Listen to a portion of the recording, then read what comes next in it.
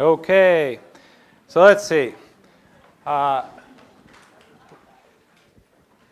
the right-hand one, thumb in the direction of the current, your fingers wrap in the direction of the field line, so the right-hand one should be pointing down. The question only remains, does the left-hand one cancel it or not, right? So, into the page, thumb in that direction, fingers wrap. No, your fingers point down in the middle too. So, the net direction of the field is B downward, and let's say a plurality, but not a majority of you chose that as the correct answer. So the way we really make magnetic fields, and we'll show this next week with some demonstrations, is to make loops of current. When we have a loop of current, you can imagine grabbing the current, your thumb goes in the direction of the current, creates magnetic field lines that do this. They wrap around the wire, but they concentrate in the middle of the loop. Well, if you do lots and lots of loops, you can get a pretty strong magnetic field that way. That's called a solenoid. And the solenoidal magnetic field is quite a common thing. Good way to make a uniform magnetic field. Here's the world's largest solenoidal magnet. It's on the experiment that I work on at CERN. There's yours truly standing there just before the thing was installed, well, a few years ago. I think it was 2007, something like that.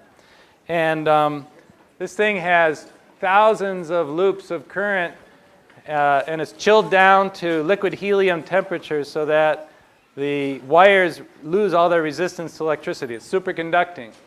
This creates a 4 Tesla magnetic field in there. That's like 100,000 times the strength of the Earth's magnetic field. It's by far the largest.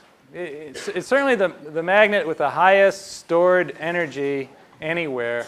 The total stored energy of this, when it's all the way turned on, is about 300 million joules, or about 100 sticks of dynamite worth of energy. So getting that energy in or out of the magnet is a trick all by itself. The current inside is 80,000 amps.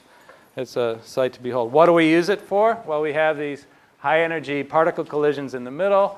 All these particles come out. We're mostly interested in the ones that go straight. Remember, the radius of curvature, they're following helical paths, just like, in the aurora.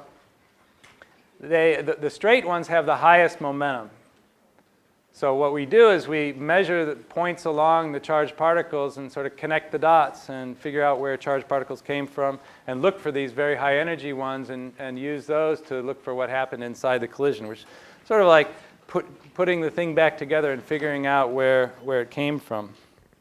And there's a picture of the tunnel for the accelerator, which also has 1,200 of these very high field magnets which keep the protons going around in this gigantic 27 kilometer circumference circle.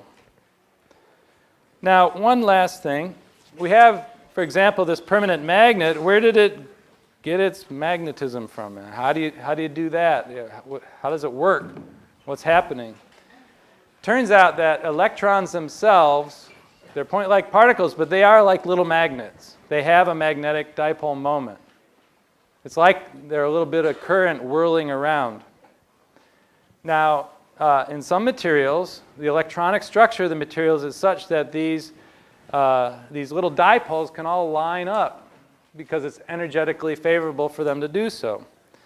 Now, above a certain temperature, if you heat it up, if I took this thing and I put it in a really hot oven, that would allow this magnetism to get all jumbled up, and it would demagnetize it, in fact. That's called the Curie temperature.